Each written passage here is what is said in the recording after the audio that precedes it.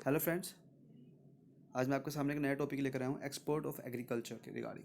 ठीक है, तो ये फर्स्ट ईयर का बहुत इंपॉर्टेंट टॉपिक है। आपको ये मैं ये कह सकता हूँ 98 या 99% चांस है कि ये क्वेश्चन देखने को मिलेगा इसके रिलेटेड में। अब बिल्कुल ये नहीं पूछ लेंगे एक्सपोर्ट ऑफ द एग्रीकल्चर। हाँ, जब आप क्वेश्चन पूछोगे पढ़ोगे तो उसके ऊपर आपको पढ़ने में ये समझ में आएगा कि क्या बोल रहा है। ये बोल रहा है कि भाई एक्सपोर्ट्स बताइए कैसे कैसे इंडिया ने की है regarding the agriculture products.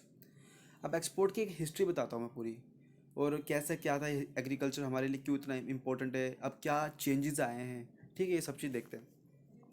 Agriculture agriculture most important sector of the Indian economy. हमें पता है कि इंडिया एक लेबर इंटेंसिव कंट्री है।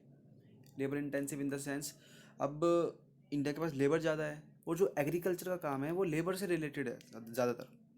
ठीक है, अब कुछ काम ऐसे होते हैं जैसे मैंने बोला लैपटॉप बनाना ये मशीन का काम ज़्यादा है। अपने एक इंसान ने एक लैपटॉप बनाया, चलो ठीक है मैं मानता हूँ, लेकिन जब उसको मास प्रोडक्शन करनी है ना तो उसको मशीन का इस्तेमाल करना पड़ेगा। मैंने ये कहा है कि मशीन्स ज़्यादा यूज़ होगी as compare to the people. ठीक है, दोनों यूज़ होते हैं लेकिन एक कंपैरिजन में एक एक चीज़ ज़्यादा होती है, एक चीज़ कम होती है। ठीक है, एग्रीकल्चर में मैन ज़्यादा लगता है, मतलब लेबर पावर ज़्यादा लगती है और मशीन पावर कम लगती है। अब ट्रैक्टर वैक्टर तो इसमें भी यूज़ होते हैं। ठीक है, अब इसने बोला कि एग्रीकल्चर ना इंडिया की बहुत ज़्यादा इम्पोर्टेंट चीज़ है। ठीक है, बहुत इंपॉर्टेंट सेक्टर है। Accounts for 18% of the India's GDP. 18% India की जीडीपी इससे आती है। और ये देख सो सिंपल सी बात है, जब इतनी परसेंट जीडीपी दे रहा है ये, तो सिंपल सी बात है भैया एम्प्लॉयमेंट भी दे रहा होगा। अब इसने क्या बोला है, provides employment to 50% of the country's workforce. मतलब जितने लोग, मैंने बोला कि जो काम करने की एक सीमा में आ गए, 18 साल से प्लस हो गए, उसमें से 50% जो बंदे हैं एग्रीकल्चर से ही एम्प्लॉयड हैं। तो ये इतनी पावरफुल चीज़ है। अब देखो थोड़ी सी हिस्ट्री के बारे में जान लेते हैं। इन 1950 it is accounted 50%, after that it was slightly go down. जब हम आज़ाद हुए 1947 में, उसके बाद क्या हुआ, एग्रीकल्चर में हमारा मेन एम था। स्टार्टिंग से हम एग्रीकल्चर के थे। देखो सिंपल सी बात है, जो चीज़ में आप अच्छे हो वही करते रहोगे, लेकिन चेंज लाने के लिए आपको कुछ डिफरेंट भी करना पड़ेगा। तो हमने क्या करा, हमारे इधर के जब उस टाइम के प्राइम मिनिस्टर और उस टाइम के फाइनेंस मिनिस्टर, इन्होंने सोचा कि यार सिर्फ एग्रीकल्चर के बलबूते पे हम डेवलप नहीं हो सकते, हमें इंडस्ट्रीज़ भी करनी पड़ेगी, हमें मशीन्स भी प्रोड्यूस करनी पड़ेगी। तो 1950 तक 50% जीडीपी हमारी इससे से आ जाती थी। अब 18% होगी, पहले 50% आती थी, मतलब कि कम हुआ मार्जिन। अब ये कम क्यों हुआ, क्योंकि बहुत सारी चीज़ें आई है, हमने इंडस्ट्रीज़ पे भी ध्यान दिया है, हमारी प्रोडक्शन पहले की कंपैरिजन में ज़्यादा हुई है। ठीक है, अब 1950 की मैं बात करता हूँ कि कोई मैंने ग्रेन्स उगाए, मैंने 100 ग्रेन्स उगाए, 100 किलो ग्रेन्स उगाए, क्या वो आज के बराबर में होंगे 100 ग्रेन्स? नहीं, क्या पता आज के लिए वो 500 ग्रेन्स के बराबर हो। ठीक है, टाइम बढ़ रहा है, पॉपुलेशन बढ़ रही है, रिक्वायरमेंट्स भी बढ़ रही है। ठीक है, major causes for decline in agriculture export include. अब ऐसा क्या हुआ कि भैया एग्रीकल्चर के एक्सपोर्ट हमारे डिक्लाइन हुए, कम हुए। देखो, decrease in the international prices of the agriculture based commodities. अब मुझे एक बात बताओ, जो एग्रीकल्चर की कमोडिटीज़ है, मैंने बोला गेहूँ, चावल, अगर एक बंदा 10,000 रुपये कमा रहा है और उसको एक महीने में कितना राशन लगता है, 5,000 रुपये का राशन लगता है। अगर वही सेम बंदा 10,000 की जगह या 15,000 की जगह 50,000 रुपये कमा रहा है, समझ लो उसकी प्रमोशन होगी, 50,000 रुपये कमाने लग गया, क्या वो अपनी जो खर्चा जो इन एग्रीकल्चर प्रोडक्ट्स वीट गेहूँ राइस इन सब पे जो कर रहा था, वो 5,000 से बढ़ा के 10-15 हज़ार रुपये करेगा? नहीं। जब उसकी खपत ही इतनी है, वो 5,000 रुपये में संतुष्ट हो जाता है, तो वो ज़्यादा क्यों करेगा? हाँ, अगर पहले थोड़ा सा कम खाता था तो वो 1-2 हज़ार रुपये बढ़ा देगा, इससे ज़्यादा नहीं होगा। तो कहने का मतलब है कि ये इनकम पे इफ़ेक्ट नहीं करती ये चीज़ें। आपकी इनकम बढ़ रही है तो ये इफ़ेक्ट नहीं करेगी इस पे। ठीक है, आप जितना चावल गेहूँ पहले खाते थे अभी भी उतना ही खाओगे। ठीक है,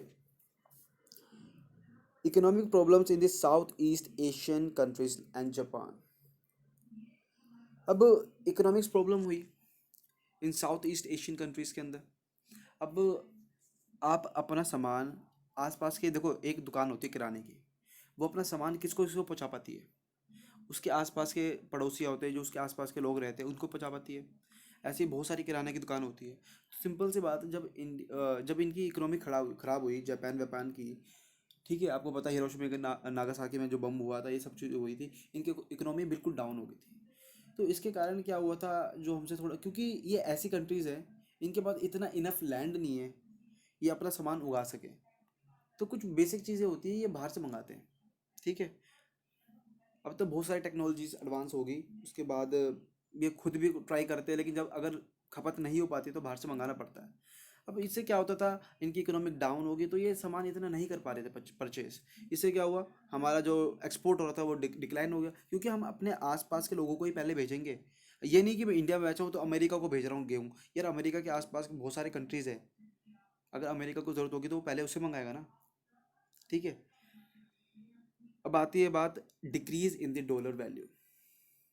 डॉलर की वैल्यू डिक्रीज हुई। अभी मैंने एक टॉपिक पढ़ाया था, उसमें मैंने बताया था, मुझे दिमाग में नहीं आ रहा किसके रिगार्डिंग था।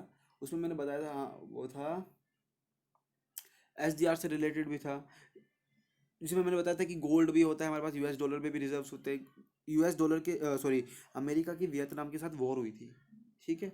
अमेरिका की वियतनाम के साथ वॉर हुई थी, जिसके कारण दोनों को बहुत सारा डैमेज हुआ था। तो डॉलर की वैल्यू गिरी। और डॉलर एक ऐसी करेंसी है जिसका सब पे राज है, मतलब कि सबसे पावरफुल करेंसी है। अगर उसकी वैल्यू गिरेगी तो सब आसपास की सारी इकोनॉमी डाउन हुई, सबकी भी डाउन हुई इकोनॉमिक, तो हर सेक्टर में इम्पैक्ट पड़ा। इसलिए एग्रीकल्चर सेक्टर पे भी इम्पैक्ट पड़ा, ठीक है। आपको ये 3 पॉइंट्स याद करने हैं, कोई बड़ी बात नहीं है। अब एक बार देखोगे, 2 बार देखोगे, 2 3 बार लिखोगे ना इसको, कोई परेशानी नहीं है, ठीक है। अब देखो, इट हैज़ इतना million in 1993 94, and in 1996 to 1992 it was इतना million, and after that it fluctuates a lot. अब कहने की बात यह है, जो ये मैंने अमाउंट यूज़ करी है, मैं खुद कह रहा हूँ आपको पेपर में नहीं याद रहेगी, तो हो सके तो आप इसको स्किप कीजिए। मैंने भी लिखा था जब मैंने नोट्स बनाए थे, लेकिन अगर क्वेश्चन आता है ना तो आप मेन मेन पॉइंट्स पे फोकस कीजिए, क्योंकि ये चीज़ें याद नहीं रहेगी इतनी टेक्निकल बिल्कुल पॉइंट के अंदर। हाँ, अगर आप एक ट्रिक कर सकते हो, ये ट्रिक इसका सेंस ये है कि आप जो ये अप्रोक्सीमेटली वैल्यू है ना, अब ना याद कर लो, 4 लाख समथिंग थी, 4,000 समथिंग वैल्यू थी, 6,000 समथिंग वैल्यू थी। तो अपने मन से बना कर थोड़ी सी वैल्यू कर सकते हो, अगर सामने वाला बंदा को बिल्कुल परफेक्ट नॉलेज नहीं है, और वैसे इस केस में होती भी नहीं है, ठीक है। तो आप इसमें थोड़ा बहुत ट्रिक ऊपर नीचे कर सकते हो, कोई परेशानी नहीं है। अब बात आती है factors affecting growth of agriculture exports. ऐसे कौन कौन से फैक्टर्स हैं जो जिसने अफेक्ट किया जो ग्रोथ थी ना एग्रीकल्चर प्रोडक्ट्स की, ठीक है। India is not able to utilise its full potential. आपको पता है इंडिया डेवलपिंग कंट्री है। आपने टीवी में देखा होगा कि जो अमेरिका के फार्मर्स होते हैं और जो इंडिया के फार्मर्स है, कितना ज़मीन आसमान का फ़र्क है। उधर फार्मर का काम भी बहुत, मतलब कि शौकीन पेशे से किया जाता है, इधर मजबूरी में किया जाता है। उधर के जो मशीन्स होती है वो कैसी यूज़ होती है, इधर की मशीन देखिए कैसी यूज़ होती है। एक ट्रैक्टर होता है मेरे ख्याल से मोस्टली, वही चलता रहता है ज़्यादातर, मतलब कि इतनी एडवांसमेंट नहीं है जितनी उधर है, ठीक है। उधर के पालक को कैसे पैक करना है, फैक्ट्रीज में जाता है, मतलब कि इधर ऐसा नहीं है, इतना वो नहीं है एडवांसमेंट। तो क्या हुआ, इंडिया में लोग काम करते थे अपनी एफिशिएंसी से, लेकिन एक ऑप्टिमाइज होता है ना मशीन और लेबर के बीच में, ऑप्टिमाइजेशन वो नहीं था। तो ये अपनी फुल पोटेंशियल से काम नहीं कर पा रहे थे। टाइम बढ़ रहा था, कंपटीशन बढ़ रहा था, तो उनको अपना करने का तरीका, वे ऑफ डूइंग वर्क, वो भी बदलना था, लेकिन वो बदला नहीं था उस टाइम, ठीक है। मैंने बोला पहली चीज़, use of old technologies. India पुरानी मशीन्स यूज़ करती है, जिसकी स्पीड स्लो है, बहुत सारी चीज़ें आती है, ठीक है। उसके कारण होता है stagnation of the outputs. Stagnation of the outputs होती है, मतलब कि जैसे कि एक रुकावट टाइप की चीज़, स्टैग्नेशन मतलब होता है रुकावट। अब मैंने ये बोला, अब बाहर के देश में देखो, जो तुलसी के पत्ते होते हैं, जिसको उनके इधर तुलसी के पत्ते पिज़्ज़ा वीज़ा में खाए जाते हैं बाहर के देश में। तो वो क्या करते हैं, बड़े तुलसी के पत्ते होते हैं, उसको बेसिल बोलते हैं। उसके लिए आपको गर्मी चाहिए होती है उसको उगाने के लिए।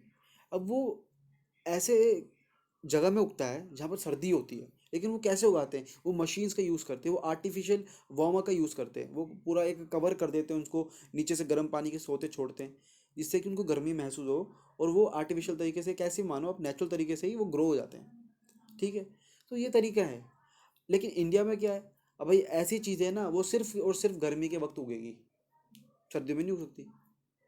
तो ये प्रॉब्लम करती है ना सब चीज़ें, स्टैग्नेट हो जाती है हमारे आउटपुट। फिर आती है बात rising domestic demand due to increasing population and income. Although income का मतलब और पॉपुलेशन का मतलब ये है कि जिस परिवार में दो लोग रहते हैं वो 5,000 रुपये का राशन खर्च कर रहे हैं, कोई परेशानी नहीं। आफ्टर 5 to 10 ईयर्स उनका बच्चा होता है, 2 3 4 साल का हो जाता है, थोड़ा बहुत उसका भी खर्चा लगता है, तो उनका इनकम उस खाने के ऊपर 7,000 रुपये हो जाती है। तो ये इंक्रीमेंट हुई है, ये इसके अंदर बात कर रहा है।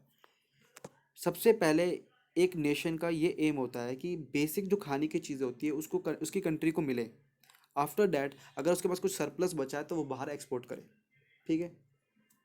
वैसे ही इंडिया के साथ था, लेकिन इंडिया की पॉपुलेशन बढ़ रही थी, अगर प्रोडक्शन बढ़ रहा था तो पॉपुलेशन भी बढ़ रही थी, ठीक है। Lack of proper incentives export at the export promotion.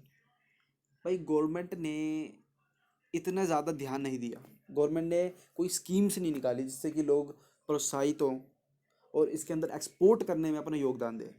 Although सबको पता है चाहे एग्रीकल्चर हो चाहे कुछ भी हो, एक्सपोर्ट से क्या होगा, एक्सपोर्ट से आपकी फॉरेन एक्सचेंज रिजर्व बढ़ेगा। हाँ, लेकिन याद रखना ऐसी चीज़ का एक्सपोर्ट करना है जिसकी आपकी कंट्री को अभी मतलब अबंडेंट नेचर में है, कमी नहीं है उसकी। मैं ये बोल रहा हूँ मेरी मेरी कंट्री में प्याज की कमी है लेकिन मैं बाहर एक्सपोर्ट कर रहा हूँ, क्या क्या ये सही है? कल को मैं वही प्याज फिर से बाद इंपोर्ट करवाऊंगा और उस पर ज़्यादा पैसे दूंगा, तो ये कोई मतलब नहीं बनता ना। ऐसी चीज़ जहाँ पर हमारी कंट्री में जो अबेंडेंट नेचर की है हम उसको एक्सपोर्ट कर रहे हैं, वो अच्छा है, ठीक है। तो गवर्नमेंट को इसके अंदर अपने नई नई इंसेंटिव स्कीम्स लानी चाहिए जिससे कि लोग जो फार्मर्स है वो एक्सपोर्ट करने में ज़्यादा और ध्यान दें। Fluctuation in the product quality, India के अंदर प्रोडक्ट क्वालिटी में फ़र्क आता है। कोई आपको जैसे किसी दिन आप सब्जी मार्केट में गए, आपको कोई सब्जी तो ज़्यादा अच्छी लगती है देखने में या वैसे ही फ्रेश लगती है, लेकिन आफ्टर सम टाइम आप कुछ और जगह पे जाते हो या कुछ और टाइम बाद जाते हो तो आपको वो सब्जी इतनी अच्छी नहीं लगती। तो ये क्या है, मतलब कि क्वालिटी कांस्टेंट नहीं है, क्वालिटी बदल रही है, कुछ क्वालिटी अच्छी है कुछ क्वालिटी बेकार है। तो ये क्या है, ये एक क्वालिटी वो नहीं है, सेम नहीं है मतलब सबकी। लेकिन आप बाहर के देश में जाओगे ना, आपको चाहे वो $2 की चीज़ हो चाहे $3 की चीज़ हो, वो आपको सेम क्वालिटी की मिलेगी, उससे नीचे इनका एक स्टैंडर्ड होता है, उससे नीचे नहीं मिलेगी। फ्यूचर प्रोस्पेक्ट्स, क्या इसमें गवर्नमेंट इंडिया का एक फ्यूचर है, करियर बोल सकते हैं इस चीज़ के अंदर। As per studies scope to increase exports of the following items. देखो, जब स्टडीज़ की गई ना इनके बारे में कि इंडिया के अंदर एक्सपोर्ट्स का क्या क्या स्कोप है, तो ये पाया गया कि एक्वाकल्चर एंड फ्लोरिकल्चर, एग्रीकल्चर से रिलेटेड मतलब ये नहीं है कि सिर्फ आप वीट की बात कर रहे हो, राइस की बात कर रहे हो, जो भी चीज़ उगाते हो, फूल हो, फूल भी होते हैं। एक्वाकल्चर मतलब कि आप जैसे शिप ये सॉरी फिश होती हैं, फिशेज होती हैं, इनका पालन करना, ठीक है, ब्रीडिंग करना, ये सब चीज़ें भी आती हैं इसके अंदर। Fresh fruits and tropical fruits, मतलब कि इंडिया सिर्फ गेहूं और इनसे सीमित नहीं है, फ्रूट्स भी व्यापार करे, फ्लावर्स भी व्यापार करें, मछलियों का भी व्यापार करें, ठीक है। Tomato paste and products, tomato paste का क्या मतलब हो गया, हमने टमाटो है, जैसे हमने देखा मैगी के टमाटो बोटल्स आती है, वो क्या कर रहे हैं, वो भी तो हमें इंपोर्ट कर रहे हैं ना, हम ले रहे हैं ना। अगर हमारी कोई कंपनी स्वदेशी कंपनी बनाकर बाहर भेजे तो कितना बढ़िया होगा, हमें एक्सचेंज रिजर्व भी मिलेगा और हमारा नाम भी होगा इंडिया का अच्छा। राइस हो गए, स्पाइसेस हो गए, मसाले हो गए, चीनी हो गई, प्रिजर्व्ड मशरूम्स हो गए, मशरूम बहुत आजकल ज़्यादा चल रहा है, तो बहुत अच्छा ट्रेंड में है और पैसे भी बहुत सही मिलते हैं इसमें।